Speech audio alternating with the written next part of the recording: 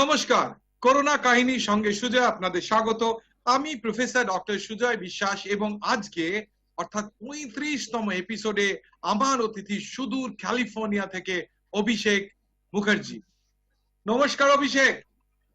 নমস্কার, welcome to my show. Thank you. প্রশ্নোত্তর যাওয়ার আগে অভিষেক সম্পর্কে দু চার কথা আমার প্রোগ্রামের রীতি অনুযায়ী।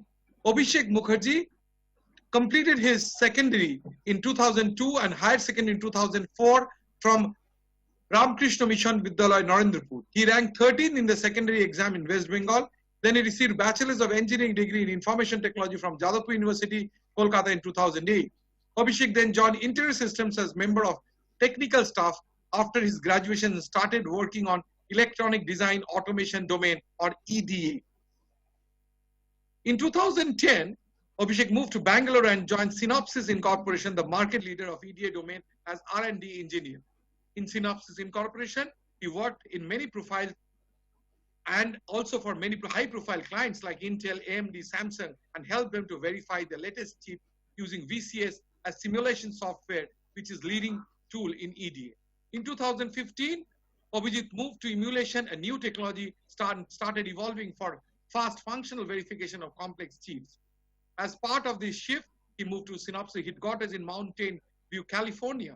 As the emulation technology, he worked on several core technologies of chip design like clock generations, glitch filtering methodologies to debug multifunction of chips. Currently, he is working as staff R&D engineer and managing and working on many complex projects for emulation and prototype solutions for Apple, Intel, AMD, Facebook, Google, and Microsoft. Nice to know, Abhishek, that you are an alumnus of my university, the Jadavpur University, which I'm so proud of, and Jadavpur people doing great names all over the world. Welcome to my show. আমি একটা এই নিয়ে news চ্যানেলে একটা programme করি জয়ের পথে সঙ্গে Sujoy, where I talk of success of Bengalis, of Indians all across the country, all across the world. সেই প্রোগ্রামটায় তোমাকে ইউ আর ডিউলি এলিজিবল, কিন্তু আমার প্রোগ্রামের ফরম্যাটে ছিল যে স্টুডিওতে আসতে হবে। এখনের যে ফরম্যাট নিউ নর্মালে স্টুডিওতে তো আসা সম্ভব নয়, so I am reaching all across this is আমার মনে হয় 17th or 18th episode outside the country and I'm too privileged to get that. জয়ের পথে সঙ্গে সুজয় আমরা বলি সাফল্যের কথা, কিন্তু আজকে আমরা সাফল্যের কথা ডিসকাস করবো না, আমরা করোনার কথা জিজ্ঞেস করবো, যে অতিমারি কিংবা যে pandemic is ruling across the world. আমেরিকায় আমরা 3-4 জন গেস্টের সাথে নানান জিওগ্রাফিজে আমেরিকার কথা বলেছি, but you are the first one. California কি অবস্থা একটু যদি আপডেট করো, the current situation of corona in California. হ্যাঁ, গোটা ইউএসএ যেরকম ওয়ার্ল্ড কে টপ করছে, এখন ক্যালিফোর্নিয়াও ইউএস এর অন্যান্য স্টেটস গুলোর মধ্যে ক্যালিফোর্নিয়া এখন সব থেকে টপে আছে।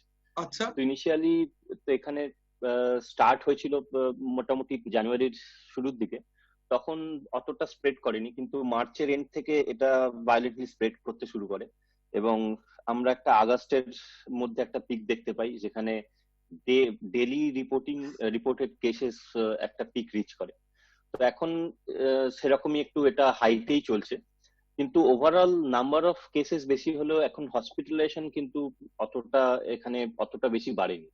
তো ফর এক্সাম্পল ক্যালিফোর্নিয়াতে এখন যদি 700K মতো অ্যাক্টিভ কেসেস এখনো আছে, তার মধ্যে আমরা এটাও বলতে পারি যে ক্যালিফোর্নিয়াতে ওভারঅল ডেথের রেটটা একটু low compare to New York আর আদার নিউ জার্সি এই স্টেট গুলোর থেকে। এখানে ডেথ রেটটা একটু লো, মেইনলি বিকজ এখানে পপুলেশনের অ্যাভারেজ যে এজ সেটা একটু কম, তো ওই সাইডে একটু অ্যাভারেজ এজটা বেশি, সেই জন্য ডেথ রেটটাও বেশি। একটা কথা জিজ্ঞেস করতে চাই যে আমেরিকাতে ক্যালিফোর্নিয়া এবং নিউ ইয়র্ক, মানে তুমি তো ওয়েস্ট কোস্টের কথা বলছো, নিউ ইয়র্ক ইস্ট কোস্টে, ওয়েস্টার্ন ইস্টে কি একসাথেই প্যান্ডেমিকটা শুরু হয় নাকি ক্যালিফোর্নিয়াতে পরে শুরু হয়, নিউ ইয়র্কে আগে শুরু হয়? বিকজ তুমি এখন বলছো ক্যালিফোর্নিয়া ইজ লিডিং, কিন্তু আমরা new York new jersey area was the hotspot of corona, আমরা প্রথমে যা বিশ্বের থেকে নিউজ পাচ্ছিলাম। একটু যদি বলো, আর একটু ক্যামেরার মুখে ঢুকে যদি মুখ করে বলো, একটু সাইড হয়ে মুখ হয়ে যাচ্ছে, তুমি সোজা হয়ে যদি বলো। হ্যাঁ, মেইনলি এটা একই সময়ে স্টার্ট হলেও নিউ ইয়র্কের এটা স্প্রেডটা অনেক বেশি হয়েছিল, কারণ নিউ ইয়র্ক সাইডে মেনলি লোকে পাবলিক ট্রান্সপোর্ট ইউজ করে, ওখানকার ট্যাক্সি বা ওখানকার যে মেট্রো সেগুলো লোকে বেশি ইউজ করে। কিন্তু ক্যালিফোর্নিয়ার দিকে পাবলিক ট্রান্সপোর্ট কিন্তু অত বেশি এখানে প্রচলিত নয়। তো এখানে মেনলি আমরা প্রাইভেট ট্রান্সপোর্ট ইউজ করি, প্রাইভেট কার ইউজ করি।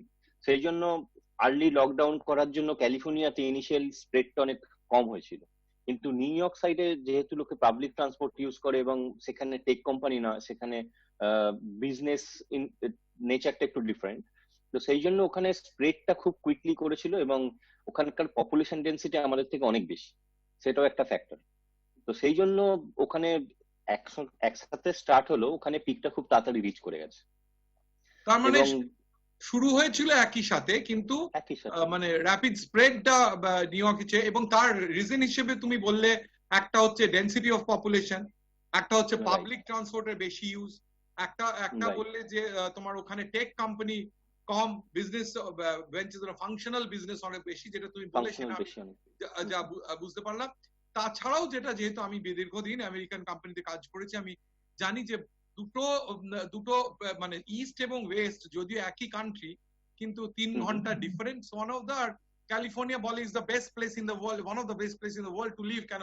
নাতিশীতোষ্ণ অঞ্চল, সেখানে গরম, এবং সেইখানে আমি সেই রেসপেক্টে কথা বলছি তোমায়, যে ওইখানে এটা তো সিলিকন ভ্যালি বলে, তুমি যেখানটা আছো সিলিকন ভ্যালি বলে। এবার যখন হলো, তখন যেটা প্রথমেই আমরা যেটা মিডিয়াতে, নিউজ মিডিয়া থেকে জানলাম, যে the whole world and এবং which included the first world country and the richest country, the premier country, most premier country of the world, USA তে সবাই কিন্তু ভাবছিলেন যে there will be a huge dearth of ventilators. তা এই যে ventilators, hospital beds, PPE, medicines, where they কখনো কি এমন মনে হচ্ছে যে স্বাস্থ্য ব্যবস্থা ক্যালিফোর্নিয়াতে ভেঙে পড়েছে? প্রশ্নটা ভীষণ ইম্পর্টেন্ট।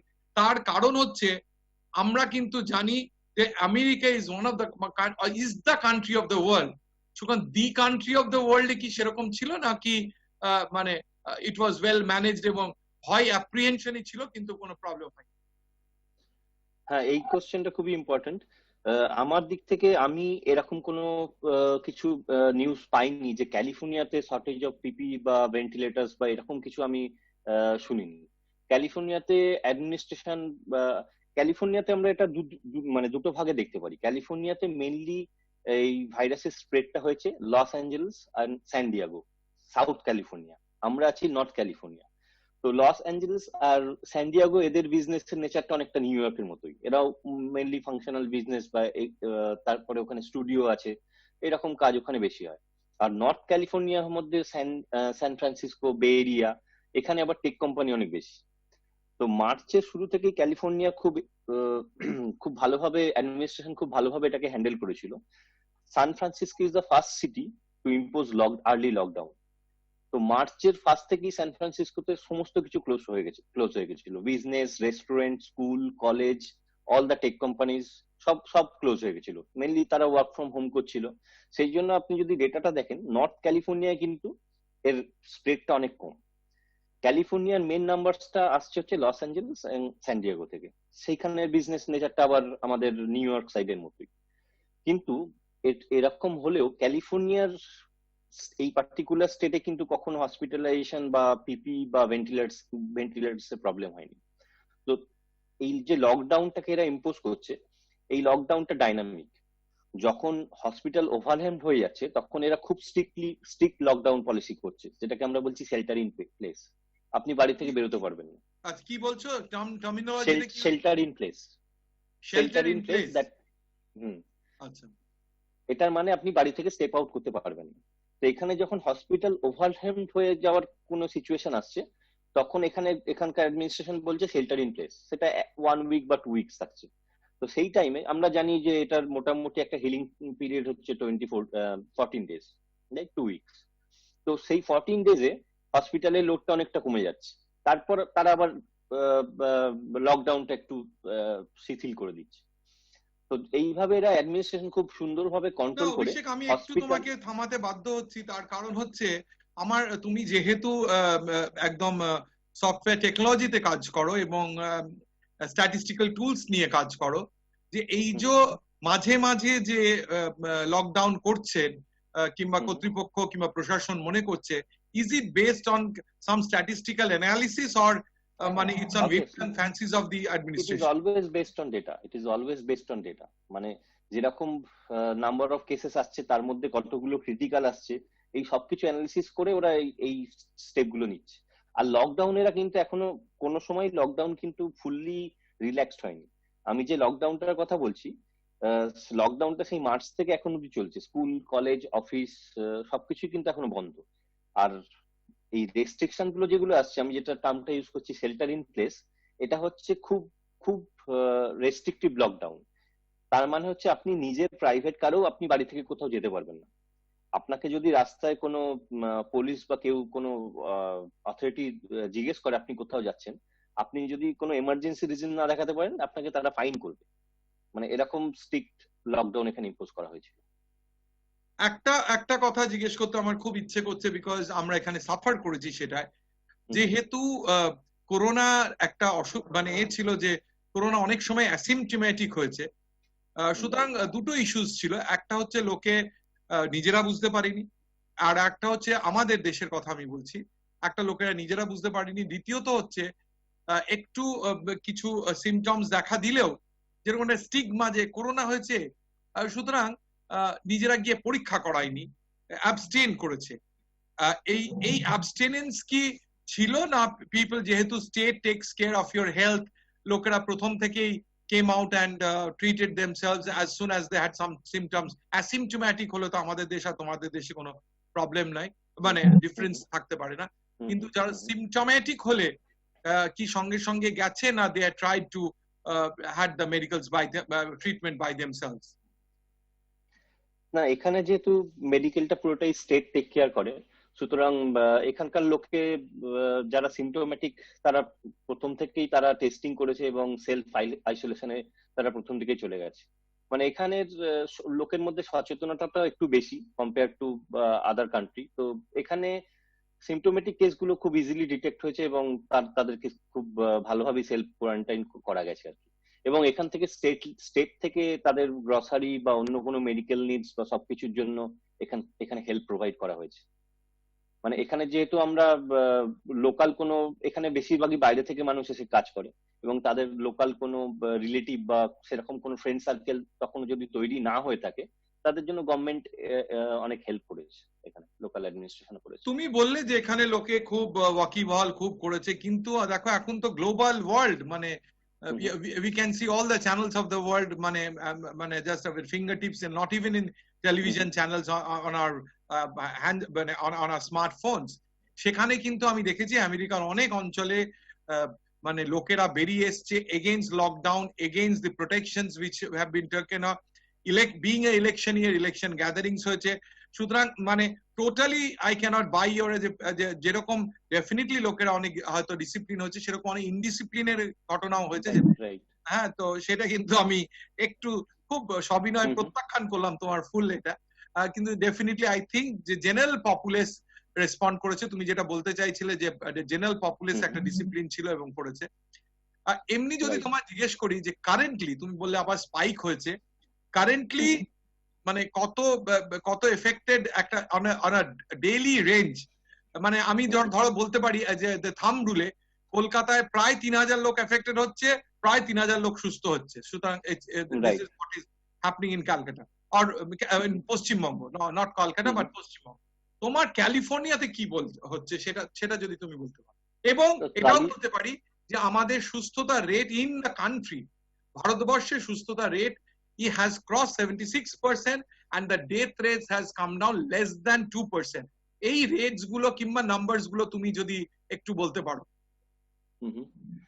হ্যাঁ, ক্যালিফোর্নিয়াতে compare to India death rate একটু বেশি। ক্যালিফোর্নিয়াতে ওভারঅল নাম্বার যদি আমি দেখি, এখনো অব্দি অ্যাক্টিভ কেস হচ্ছে 700K মতো, তার মধ্যে 12K ডেথ কাউন্ট, অলমোস্ট এটা 5.4% বা এরকম কিছু ডেথ আছে। ডেথ একটু অবশ্যই ইন্ডিয়ার থেকে একটু অনেকটাই বেশি, একটু না অনেকটাই বেশি বলবো। আর ক্যালিফোর্নিয়াতে স্পাইকটা যেটা এসছে, সেটা এখন আমি বলবো it is currently we are in a spike. ঠিক আছে, এখন ওই ডেটাটা কার্ভটা উপর দিকে ইনক্রিজ করছে। তো এই যে আমি এটাকে যদি আমি একটা স্ট্যাটিস্টিক্যাল মডেলে ফেলি, তো এই স্পাইকটা এখন যদি আগস্টে আমাদের কারেন্ট কাউন্ট হচ্ছে 13K মতো, ওকে, তো এই স্পাইকটা যদি কন্টিনিউ করে, তো within 1st December current rate যদি চলতে থাকে, তাহলে আমরা অ্যারাউন্ড 30K অ্যাক্টিভ কেসে চলে যাব ক্যালিফোর্নিয়াতে, অনলি ইন ক্যালিফোর্নিয়া। আর এটা যদি আমরা একটু, আপনি যেটা বললেন আমিও এগ্রি করছি যে সব মানুষ, কিছু মানুষ সচেতন হলেও সব মানুষ সচেতন নয়। কারণ ইউএসএ তে আমরা অনেকেই দেখেছি যে অনেকে প্রোটেস্ট করেছে, আমরা মাস্ক পরতে চাই না বা কোনো প্রিকশন নিতে চাই না। তো আমি যদি ধরে নিই যে সমস্ত লোকেই প্রিকশন গুলো বা সিডিসি বা লোকাল যে হেলথ অথরিটির গাইডলাইন্স আছে সেগুলো যদি তারা সঠিকভাবে ফলো করে, তাহলে কিন্তু এই কার্ভটাকে অনেকটাই কমানো যাবে। যে কারেন্ট কার্ভটা বলছে, প্রেডিকশন বলছে যে 30K নিউ কেসেস, মানে 1st ডিসেম্বর অব্দি 30K নিউ কেসেস হবে। আমরা যদি সঠিকভাবে সবাই গাইডলাইন্স ফলো করি, তাহলে কিন্তু এই কার্ভটা 20K তে নেমে যাবে। 10K কেসেসকে আমরা কিন্তু আটকাতে পারবো যদি সবাই রিলিজিয়াসলি আমাদের হেলথ অথরিটি গাইডলাইন্স ফলো করি। তো এইখানে আপনি এই গ্যাপটা দেখতে পারবেন, যা কিছু মানুষ যারা মানে এটা ফলো করছে না, তাদের জন্য কতটা ইম্প্যাক্ট হচ্ছে সোসাইটিতে। আজকের একটুখানি ডিফারেন্ট প্রশ্নে আসছি। ক্যালিফোর্নিয়া তো একটা প্রায় শুধু বাঙালি কেন, শুধু ভারতবর্ষে কেন, সারা বিশ্বের লোকেদের কাছে it's a dream place to go and live. And California is known as the Silicon Valley. আমি নিজেও স্যান হোসেতে গেছি, আমি ফ্রিমন্টে গেছি, আমি সান্টা ক্লারায় গেছি। I have travelled all across the country, এবং মনে হচ্ছে যে this is one of the places that one can dream to be, and I felt that I am a lucky person. সেইখানে আজকে তুমি ঘরে বদ্ধ হয়ে আছো, সেইখানে গিয়ে being one of the best, serving one of the best company, বদ্ধ হয়ে আছো তোমার, তুমি তো বদ্ধ হয়ে আছো। সারা মানে টেকনিক্যাল সেক্টরে কি, ইনফরমেশন টেকনোলজি সেন্টারে কি এখন হোম অফিস করছে? হ্যাঁ, এখন ক্যালিফোর্নিয়া পুরোটাই, মেনলি ক্যালিফোর্নিয়ার মধ্যে আমাদের নর্থ ক্যালিফোর্নিয়া যেটা বে এরিয়া বা সিলিকন ভ্যালি যে প্লেসটার কথা বলছি, এখানে অলরেডি সমস্ত কোম্পানি বলে দিয়েছে যে ওয়ার্ক ফ্রম হোম। এবং তারা বলেছে মানে সবাই বলেছে যে till January 2021 work from home, office is not going to open. আরো অনেক কোম্পানি যারা এটাকে আরো এক্সটেন্ড করতে চাইছে, তারা তাদের কোম্পানি রানিং কস্টটা অনেকটা কমাতে চাইছে। তারা কিছু কোম্পানি বলছে যে আমাদের ওয়ার্ক ফ্রম হোম মোডে এমপ্লয়ীদের পারফরমেন্স খুব একটা ড্রপ করেনি, তারা অলমোস্ট সেম পারফর্ম করছে। তো এমপ্লয়ীকে তারা আরো এই ফ্লেক্সিবিলিটি দিতে চাইছে যে বাড়ি থেকে কাজ করার জন্য। আর এই বে এরিয়ায় দুটো অনেক অনেক ভালো কথাই আমরা শুনেছি, কিন্তু বে এরিয়াতে দুটো প্রবলেম আছে। একটা হচ্ছে ট্রাফিক, আর একটা হচ্ছে হাউস রেন্ট বা রিয়েল এস্টেট কস্ট।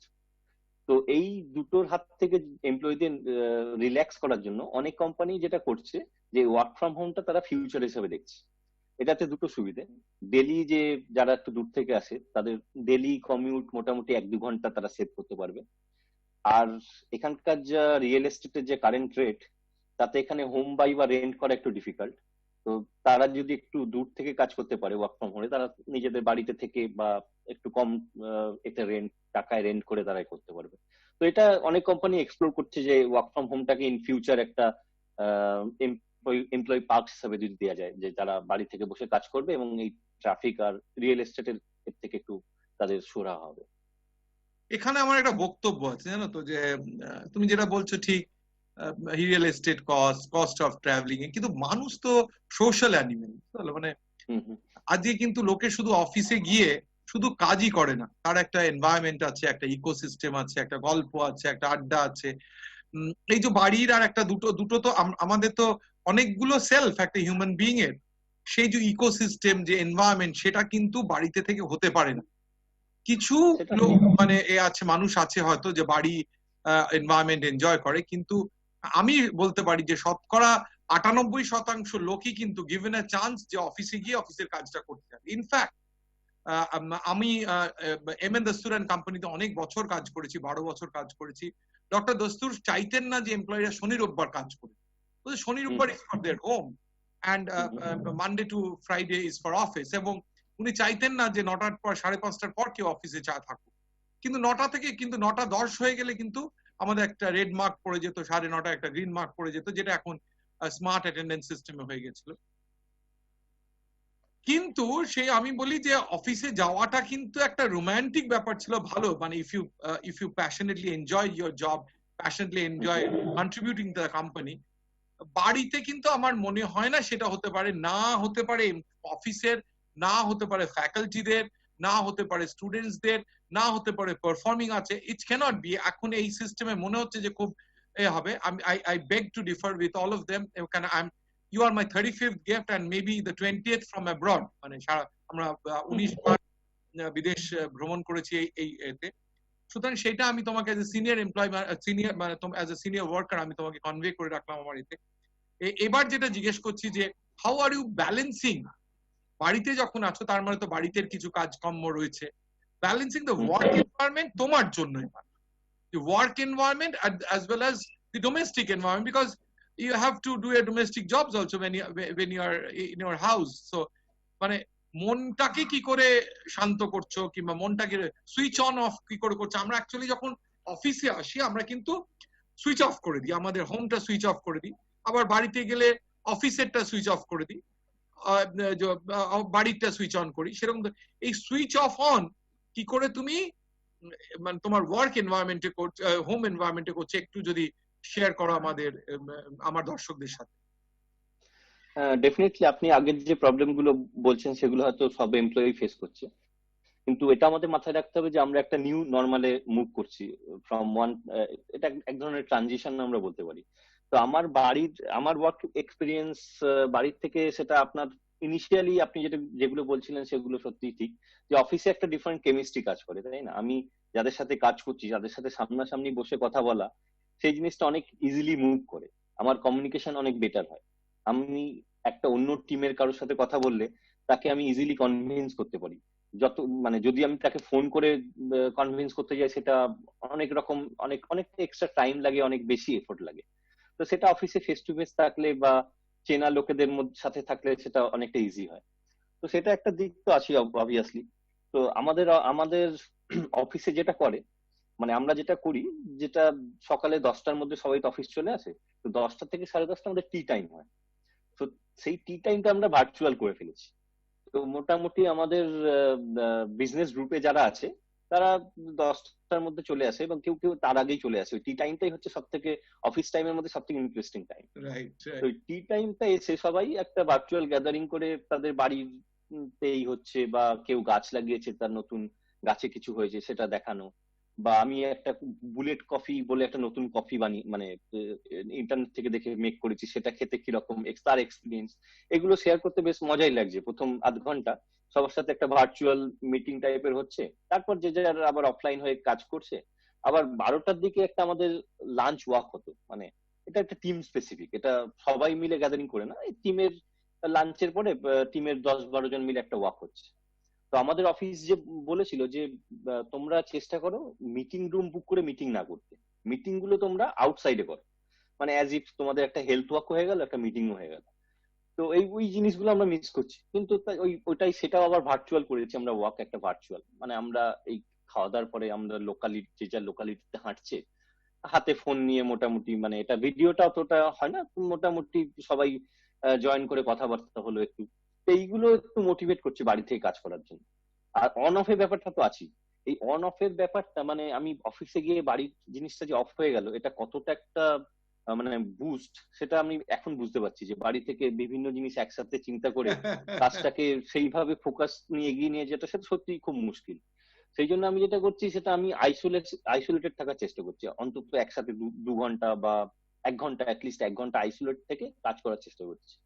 তো ইনিশিয়ালি প্রথম দিকে কি হচ্ছিল, যে 8 আওয়ার্স যদি আমার ওয়ার্কিং আওয়ার্স হয় অফিসে, সেটা বাড়িতে স্ট্রেচ হয়ে 10 আওয়ার্স হয়ে যাচ্ছিল, কারণ আমার ফোকাসটা অতটা আসছিল না। কিন্তু আস্তে আস্তে আমি মোটামুটি সেই জায়গায় গেছি, এখনো 8 আওয়ার্সটাকে আমি অ্যাটলিস্ট 8:30 বা 9 আওয়ার্স এর মধ্যে কমপ্লিট করতে পারছি এখন, এই 3-4 মাস পরে। তো এটা একটা নিউ নর্মাল, আর আমাদের সবাইকে শিখতে হবে যে কি করে আমরা আরো মানে কাজটাকে এগিয়ে নিয়ে যাব, এই ফানগুলোকেও নিজেদের লাইফে বজায় রাখবো সমানভাবে।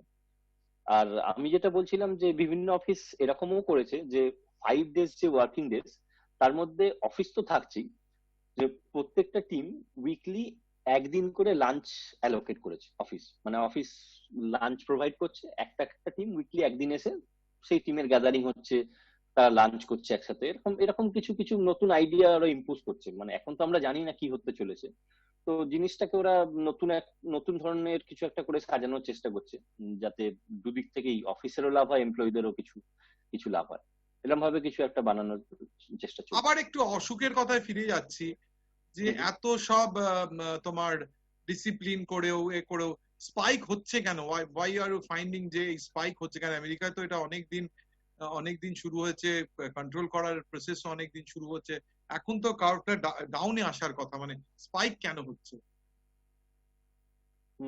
সেদিক থেকে দেখতে গেলে প্যান্ডেমিকের নেচার কিন্তু মানে অনলি ওয়ান স্পাইক নয়। এটা যদি আমরা আগে এক বছর আগেকার প্যান্ডেমিকটা যেটা হয়েছিল, সেটা কিন্তু তিনখানা কার্ভ ছিল, এবং সেকেন্ড আর থার্ড কার্ভটা কিন্তু ফার্স্ট কার্ভের থেকেও ডেডলিয়েস্ট কার্ভ ছিল। তো আমরাও এই করোনা প্যান্ডেমিকেও আমরা এক্সপেক্ট করছি যে কার্ভটা সেরকমই হওয়া উচিত। এটা আমরা যেটা করেছি এবারে, আমি বলবো আগের বারের থেকে আমরা বেটার হ্যান্ডেল করছি। কারণ কি, আমরা এই লকডাউন বা শেল্টার ইন প্লেস এইগুলো ইম্পোজ করে আমরা কার্ভটাকে কিন্তু অনেকটা ফ্ল্যাটেন করেছি। এই লকডাউন বা এরকম যদি কিছু না হতো, তাহলে কিন্তু আমরা আর্লি জুন জুলাই একটা স্টিফ কার্ভ দেখতে পেতাম, তারপরে সেটা আবার ডাউন হয়ে যেত, এবং তারপরে অন্য আরো হয়তো একটা বা দুটো কার্ভ আরো আসতো।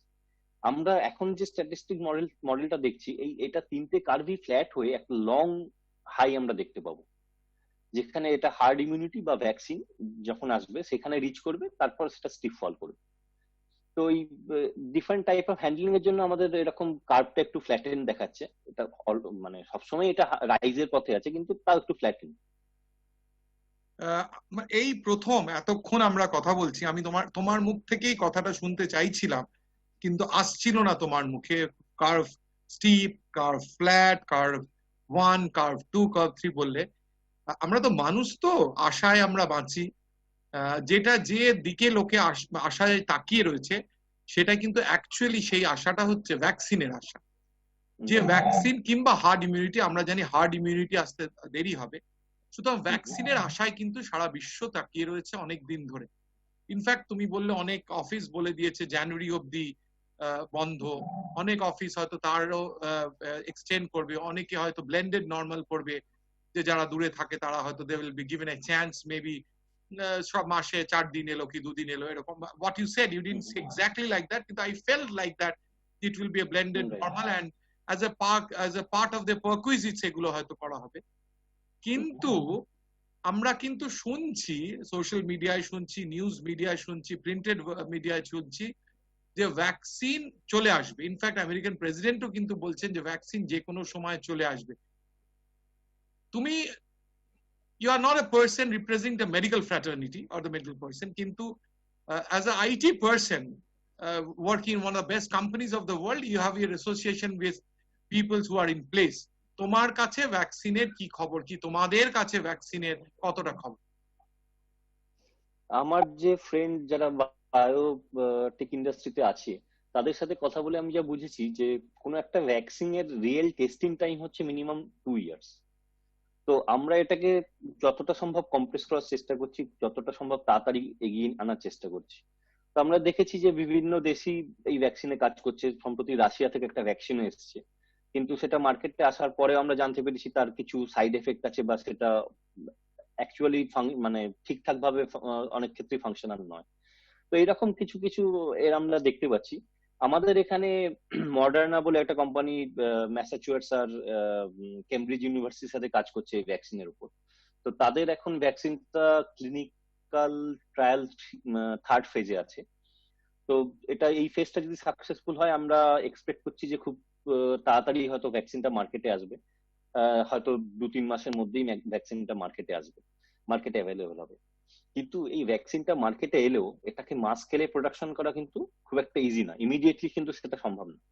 তো এখানে যেটা হবে সেটা হচ্ছে, যারা হয়তো একটু বেশি এজ, যারা ভার্নারেবল, যেমন 80-র ওপরে, বা যাদের কোনো প্রি এক্সিস্টিং ডিজিজ আছে, তাদেরকেই এই ভ্যাকসিনটা প্রথমে প্রোভাইড করা হবে। এরকম নয় যে মার্কেটে ভ্যাকসিন এলেই সবার হাতে ভ্যাকসিন চলে আসবে, সেটাতেও টাইম লাগবে। তো আমরা এক্সপেক্ট করছি যে কিন্তু আমরা তো মোটামুটি এক্সপেক্ট করতে পারি যে অক্টোবর থেকে ডিসেম্বরের মধ্যে the vaccine will be available for the masses. 2 মাসের মধ্যে যদি ভ্যাকসিনটা লঞ্চ হয় তাহলে আমেরিকাতে এটা অ্যাভেলেবেল হয়তো ডিসেম্বরে হয়ে যাবে, মানে এখানে যেহেতু স্টেট টেক কেয়ার করে অল দা মেডিকেল বা কিছু কারণ স্টেটই ভ্যাকসিন গুলো প্রকিউর করবে। কিন্তু এটা ডেভেলপিং কান্ট্রিতে যদি ভ্যাকসিনটা আমি মাস লেভেলে চাই, সেটা আমার মনে হয় ডিসেম্বর কি আরো তার থেকে আরো 2-3 মাস বেশি লাগবে এটা সেই লেভেলে। এবার একটুখানি আমরা প্রায় শেষের দিকে চলে আসছি, যেটা খুব কনসার্ন। আইটিতে ওয়ার্কফোর্স কি রিডিউসড হয়েছে? আমাদের কাছে যত খবর, অ্যাকসেঞ্চার বোধহয় 10,000 লোক কমিয়েছে recently. So what is the general age, মানে জব কাট কি ওখানে শুরু হয়েছে এবং has it affected, because the whole financial world has been devastated by this pandemic. What is the IT world in California doing? How is the IT world in California? একদম ঠিক, এখানে IT affected হয়েছে। Mainly এখানে first affected হয়েছে retail, যেহেতু সমস্ত দোকান shutdown করা হয়েছে। আর তারপরে এফেক্টেড হয়েছে এয়ারলাইন্স, যেহেতু ট্রাভেল রেস্ট্রিক্টেড হয়েছে। তো যেসব আইটি সার্ভিস এই এয়ারলাইন্স বা লোকাল বিজনেসকে সাপোর্ট করতো, তারা সরাসরি ইম্প্যাক্টেড হয়ে গেছে প্রথমেই, কারণ তাদের ক্লায়েন্টদের বিজনেস ডাউন হয়েছে, তাদের সার্ভিস ইন্ডাস্ট্রি ডাউন হয়ে গেছে। কিন্তু আমাদের অফিসের রেসপেক্টে যদি আমি কিন্তু অন দ্য আদার হ্যান্ড আমরা যদি দেখি অ্যামাজন বা নেটফ্লিক্স, এদের কিন্তু আবার লাস্ট 2 কোয়ার্টার্স এদের রেভিনিউ বেড়ে গেছে। কারণ এখন এইসব রিটেল গুলো বন্ধ হওয়ার জন্য লোকে মানে অনলাইন বাই বেশি হচ্ছে, সেই জন্য অ্যামাজন বা এইসব কোম্পানিগুলো রেভিনিউ বাড়ছে। আমাদের ডোমেনে আমরা বলতে পারি যে আমরা যে জিনিস নিয়ে কাজ করি, যে চিপগুলো আমরা এখন ম্যানুফ্যাকচার বা ডিজাইন করছি, সেইগুলো মার্কেটে কমার্শিয়ালি অ্যাভেলেবেল হতে এখনো 2-3 বছর দেরি। মানে ইন্টেলের যে নেক্সট প্রসেসরটা আসছে, যেটা আমরা কাজ করছি, বা অ্যাপেলের যে ফোনটা আমরা ভেরিফাই করছি, সেটা মার্কেটে কমার্শিয়াল ইউজ হতে এখনো 2 বছর দেরি। সুতরাং রিটেলের কোনো ইম্প্যাক্ট এখনো আমাদের ডোমেনে এসে পৌঁছয়নি।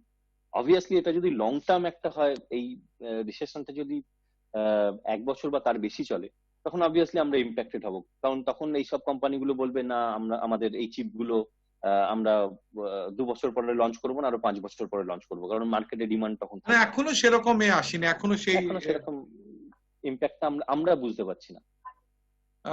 তোমার আপনজন কি কেউ এফেক্টেড হয়েছে India or abroad? Yes or no? না, আপনজন আমার রিলেটিভ বা ফ্যামিলির মধ্যে কেউ এফেক্টেড হয়নি।